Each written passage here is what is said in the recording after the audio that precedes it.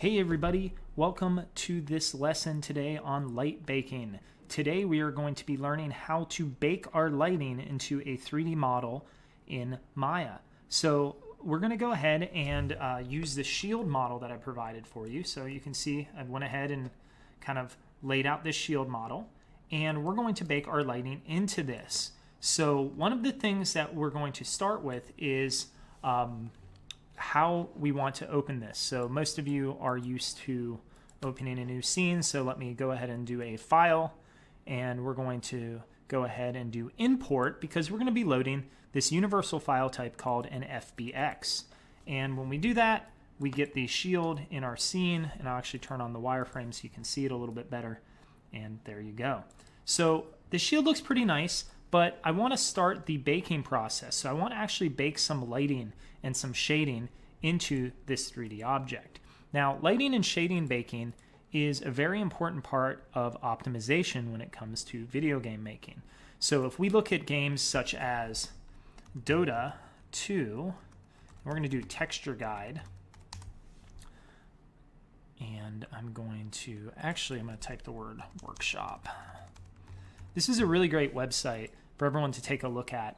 The Dota 2 workshop is basically a blog in which Dota discusses items and how to create their type of finish for characters in a scene. So we're going to go down to the color texture light banking asset creation guideline, and we're going to see kind of this awesome look.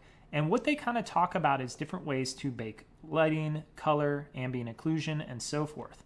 But one of the more important parts is, I'll go ahead and leave this link on the video page, is the light baking process. So that's actually getting shading into your UV layout well beyond the shading process in Photoshop. So this would be a real big hassle to go and paint and shade every little item and do highlights and shadows and midtones in Photoshop. So let's let the computer do this for us.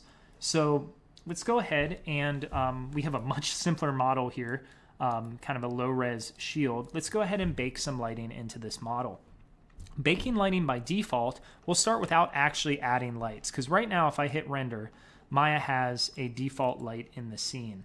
And it's all right. It looks like I actually have a shader on this, so I'm going to go ahead and assign a Lambert 1 real quick. That will help. It's all right. It's not the best looking model. You can see I have basically some ridges and whatnot that I would want to get rid of. But I can bake this. So if I do mesh display and I go to under mesh display, my batch bake, you'll see it's not there right now. So we want to do something different. We want to actually activate Mental Ray. So I'm going to go to Windows, Settings and Preferences, Plugin Manager, and I'm going to scroll down and I'm going to turn on my Mental Ray or my Maya to MR, Maya to Mental Ray plugin. I'm going to do an auto load. Now, aha, there it is, Batch Bake Mental Ray. I'm going to go to my option box and let me reset these settings so you all can see what I'm going to do. Now, I want to bake shadows. Now, I currently don't have lights in the scene, so this is going to be a little tricky. I want to bake multiple objects because I have different pieces here, separate pieces, and I want to use my bake set override. Now, if I just do only light, and let's just keep it default, let's see what happens when I convert and close. Here, you can see that it baked lighting, but it's not the best, right? So we have really harsh shadows, we have really harsh lights, and so what does baking lighting mean? Well, basically it outputs the light to your UV map. And you can see all of this was behind the camera and in shade, where this was not. This was in kind of the using the Lambert texture to shade it. So I'm going to undo here, and we're going to go back, and let's throw some lights into this scene. So I'm going to start with just some simple lights. So I'm going to do polygon lights, and let's throw in a ambient light. Let's just start from the top of the list. And we're going to kind of go through this, and I'm going to tell you right now, not all of these are going to work, so wait to follow along until the end here, and I'll tell you the time to kind of follow along. So ambient lights kind of blow out all of our shading, and you can see by moving this that we kind of lose some of the details. So if we were to shoot that outward there, yeah, we kind of we're kind of missing some of that shade. So what do? Well, we can play with, again, some of the settings. We can go and add ray trace shadows. We can start getting shading in there. And let's go ahead and up this and do this. And let's see, keep rendering. Okay, so what happens now if we bake this? So let's see what happens. So we're going to do the mesh display batch bake mental ray. Got to click on it. There we go. Keep the same settings, only light, and hit convert. Now, if we look at it now, we can see, okay, well, we still have that massive shadow. It's only baking in one direction, so it's only baking on one of the objects. But what did it give us? Well, this actually gave us something a little nicer. This gave us a little softer of an appearance. So you can start seeing that that light is actually playing a good role, but we can do better. So let's go ahead and change this light to something like a point light. And we're going to turn on 7. We're going to hit, or turn on linear decay, and we're going to hit 7 on our keyboard. Okay, so that gives us a good look of what we're getting into. And I'm going to raise this light. And I want overall soft lighting. Now I can even raise up my decay to quadratic, so I can type 100. I can even maybe even go up to 1,000. That's a little bright. So maybe we'll do like 800 units. And let's see what we get with this. Now again, we're going to get the back being a little weird, but okay, so far so good. Let's go to mental ray and let's see what it looks like. All right, we're getting some of that shading coming through. So this is a good start. Now I can turn on that shading like you see here. If I'm rendering using mental ray, that's a ray trace shader. Now one of the things I like to do is in my render settings up here at the top, I like to go down and turn off enable default lighting. What that's going to do is kind of darken the scene. It doesn't look like much of a difference, but it's definitely going to darken the scene a little bit more. And now what I can start doing is start adding to the scene. So when I baked this, this was in darkness. So I'm going to duplicate a light, and I kind of surround my items with light. And let's see, that looks pretty good. I'm going to hit duplicate again, and I'm going to move a light to the side, duplicate again. And basically, I'm kind of making my own, it's like kind of surrounding my object with light. So I typically try to hit all sides of my object, and this is how you can bake a pretty nice point light map like you saw in the Dota. Now, what some artists will do is bake these individually to get them kind of better looking shadows. But what I want to avoid is, obviously, I want to avoid kind of dark, heavy shadows. So that looks pretty good. I can move that a little closer, maybe slightly down. And that looks really good. Cool. So let's do a quick render of this. It's going to be pretty blown out, but we get some nice shading in there now that you can see. Now we're getting this overall lighting in the scene. So let's go ahead and bake this. So we'll grab all of our elements. We do not need to grab the lights.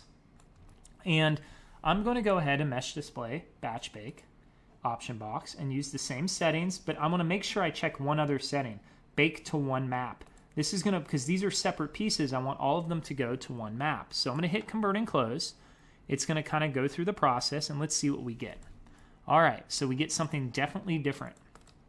And if we go look at our map now, look at the difference in shading. We're starting to really get some nice shading. It's not perfect yet, but it's getting there. So that means essentially we can start kind of playing a little bit more around with our light bake. So I'm going to undo, and I'm going to look at that batch bake again, and let's see what else we can do to this. Let's see if we raise our value to maybe 1K textures. So we'll do 1K textures, there we go. And we will do the surface front, we'll do orthogonal reflection. And I have one more setting I'm going to change later, but let's go ahead and bake this real quick to see if that helped. It's going to take a little longer, but it's going to be a little more detailed. Give it a few seconds. There we go. It's a little sharper. If you guys can see, the shadowing is sharper, but that white is really blowing out our area. So one of the things I'm going to undo here once more, one of the things I turn on is not just baking the light, but I actually also bake light and color. And by baking the light and color, it's going to give me a little bit more even tone. So I'm going to keep this gray color, and I'm going to bake through that gray color, and let's see what we get our result to. So I've only changed that to color mode to light and color.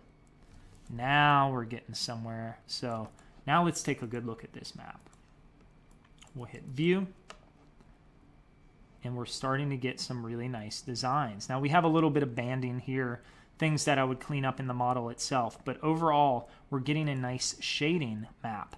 Now what we would do is we could take this map and we could blur it, or we can place it into our Photoshop file and mess with it in there and kind of blend it on top of our color.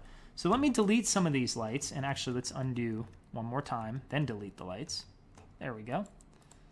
And we will delete these lights here. Let's go ahead and try some advanced lighting. So what happens if we turn on Final Gather and we turn on an image-based lighting dome? So let's see. So I'm going to go ahead and change this to a texture, and I'm going to make sure that everything's set. Let's do a quick render to see what it looks like. Okay, it's a lot softer in lighting. Can we bake this is the trick. So if I go to mesh display and I do batch bake, well, I have to hit my option box. It's kind of a given. It's a weird little glitch in this. And if I'm smart, I'll actually select my scene. Can I bake this in Mental Ray? So let's see, keep it the same settings and see what happens.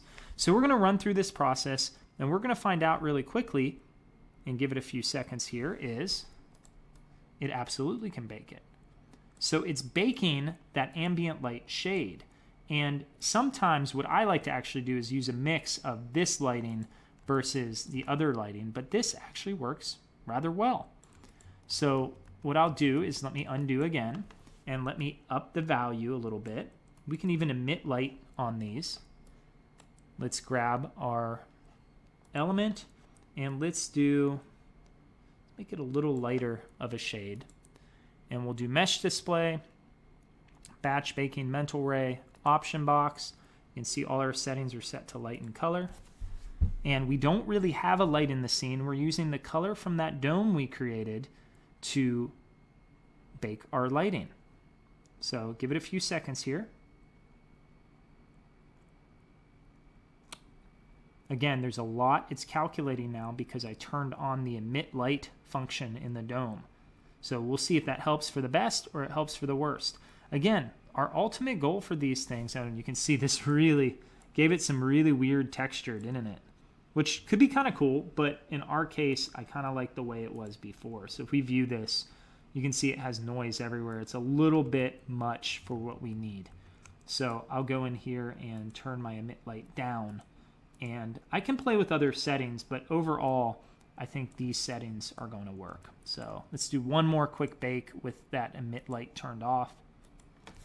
Give it a few seconds, and again, I'm saving time in shading in Maya. So I don't have to shade anymore. So there we go. It bakes a file. I can take this file now. I can take the shading, even if it's subtle, and I can work with it.